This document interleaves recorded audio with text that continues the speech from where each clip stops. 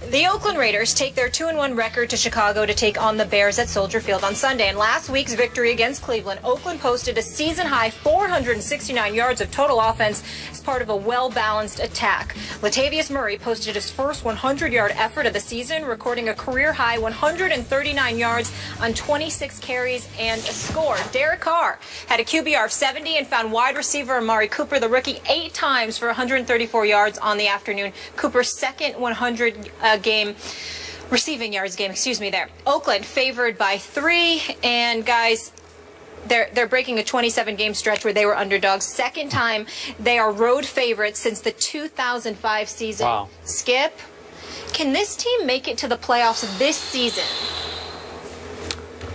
Stephen A. Smith, I must tell you, I'm going to disqualify myself here. So take all this with many grains of salt.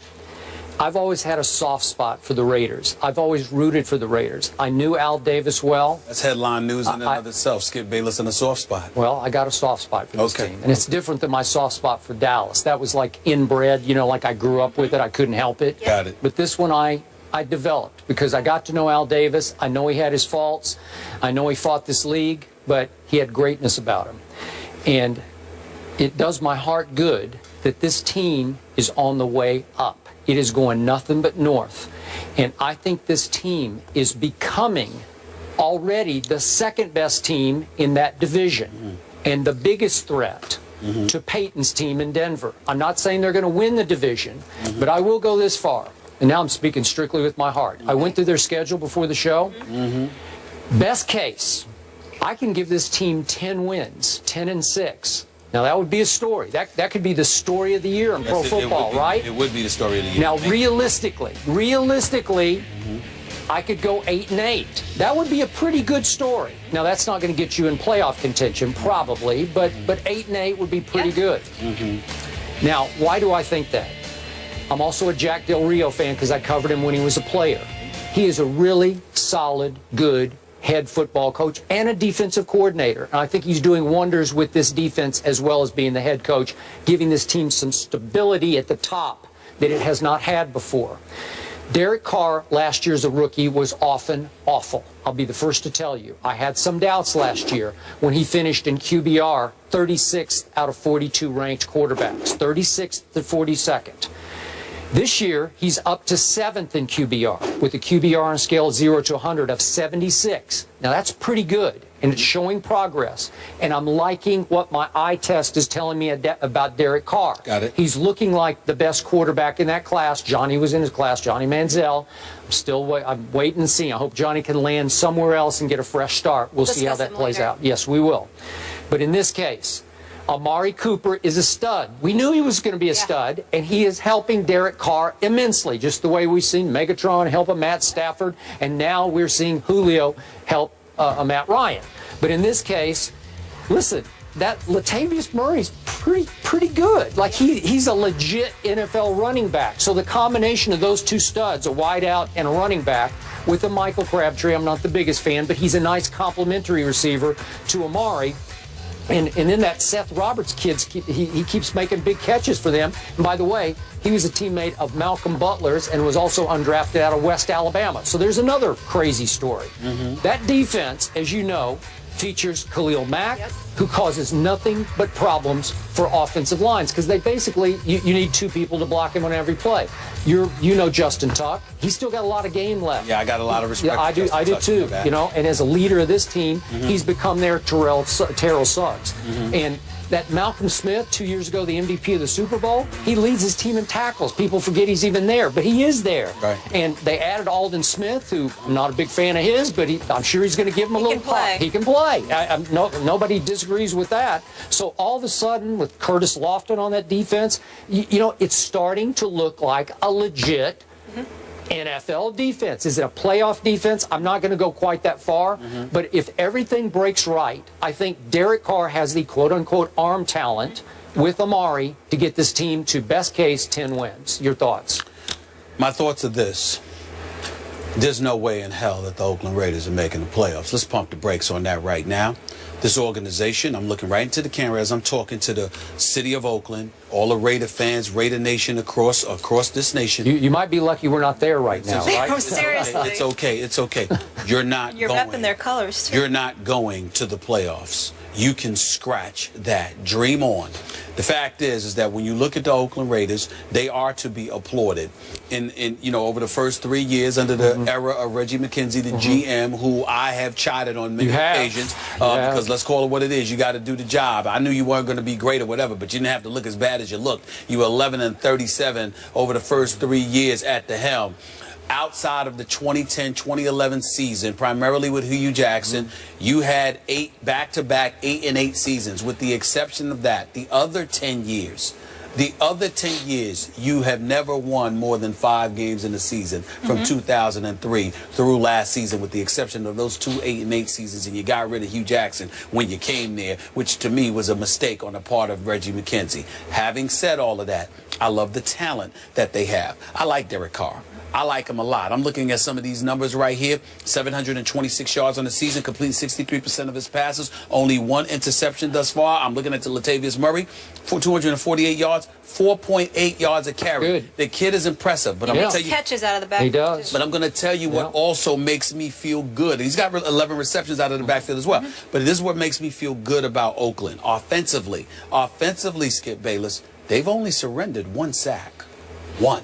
And when you look, and I pay attention to this, when you're not allowing sacks, and I see a running game that's averaging over 4 yards, to me, you are doing your job as an offensive line, not just run blocking, but pass blocking as well. And I think that is a very, very big deal, because to me, how can Amari Cooper be who he is? How can Michael Crabtree, who's doing a good job, looks better this year in Oakland than he's looked the last 2 in San Francisco, 18 receptions thus far, 184 yards. Amari Cooper is a rookie.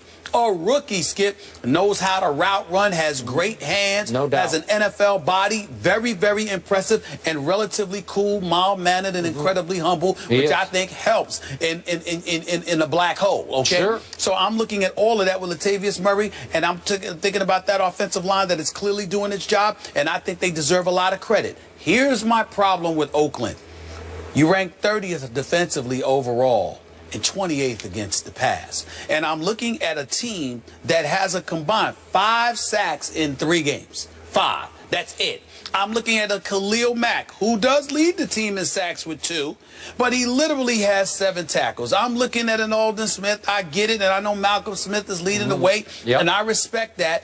But if you're not sacking anybody, okay, because 5 sacks in 3 games ain't that much. If you're not sacking anybody, if you're not getting to the quarterback, and on top of that all, your Achilles heel is your pass defense. How you can get to the quarterback, how you can sit there and defend against the pass. Then I got issues with you, because this is the West that we're talking. I'm sorry, this is the AFC West, and this is the AFC overall that we're talking about. And last but not least, then we get to the schedule. Congratulations, y'all will go up to 3-1, because after all, you're playing the Chicago Bears. Hope Jay Cutler comes there, because that'll make it even better for you. Let me throw that out there. But outside of Chicago, Jimmy Clausen? You know what? Listen, on. let me tell you something right now. Jay Cutler. Wait, would you rather play Jimmy Clausen or Jay Cutler? It depends. It does not depend. I'm going to tell you what it depends on. I'm going to tell you what it depends on. As bad as Jimmy Clausen is, because of a talent perspective, we just don't listen. All he has to do is not turn the ball over. In the case of Jay Cutler, you have to pray, number 1, that he won't turn the ball over, but number 2, and more importantly, is he interested in playing this Sunday? When he's interested in playing, here we go again. But when he's not, this that's what it is. Gratuitous. So, yes, it is. It's completely gratuitous. Yes, it is. But let me get to the schedule. After you go up 3-1, I mean, I'm just playing around, because Chicago's defense could do some things. But let's say you go 3-1. Then after that, you got Denver. Well, wait, don't just gloss over it. Denver is coming to the black hole. I know that. You don't think that'll be a big game if they're 3-1? I think it'll be a big game. I just think they'll lose. I'm just talking about Oakland. I don't know. I'm not sure about you go ahead and pick Oakland in that game. I might. Be my guest. Be my guest. I dare you. Okay. I double dare you. But here's the deal. Then they got a road game at the Chargers. They got a home game at the Jets, which they could and should win. You got a road game against Pittsburgh. You got a home game against Minnesota, which you could and should win. Yeah. Then you got road games against Detroit and Tennessee. I think you could win both of them. I think you'll lose one. All you'll right. split, okay? You got Kansas City at home. Maybe. You got Denver on the road. You got Green Bay, San Diego, and Kansas City. I see the Oakland Raiders.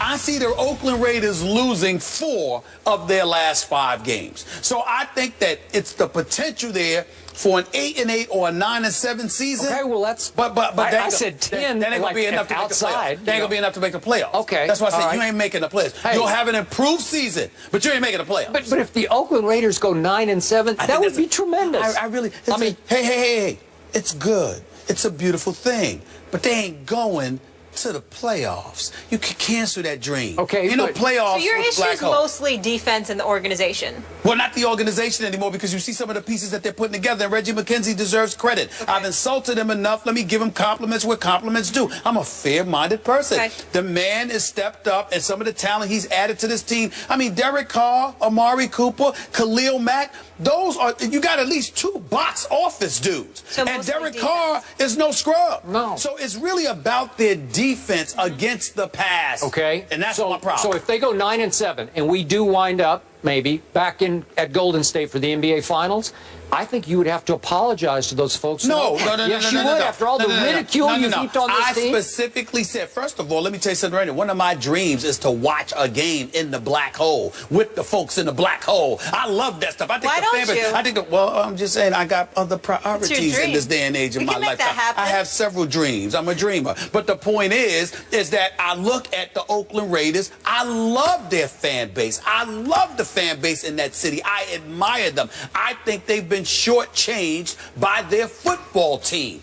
I think they're going in the right direction now. They deserve credit. I'm just saying, don't expect to be playing in January. Your last regular season game is January 3rd. Look forward to that game in January, because it will be your last game of the season. Well, that's nice. I mean, they're coming from nowhere, and you're ridiculing them I'm not ridiculing them. I'm just saying you're not going to the playoffs. Well, Skip Bayless trying to give you hope. I'm not. This ain't Christmas. Okay. This is October.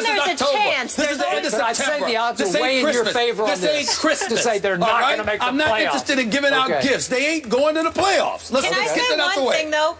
That first game they lost, we all seem to forget that Derek Carr went down in the second quarter. He did. Okay, we did. So it was a huge lopsided loss, but he wasn't playing. Yeah. That is very fair. A lot of people forget that. That is very fair. You ain't going to the playoffs. All right. All right? Let's not lie to the American public. Your quarterback situation now, okay? Ben Roethlisberger out, Michael Vick in. What do the guys expect from Vick while Roethlisberger is out? Ryan Clark knows a thing or two about the Steelers. What does he want? I think he spent 7 years with them. And what is he wearing today? Where is he? What's Ryan Clark wearing today? I don't know. Is GQ That's what I want to know.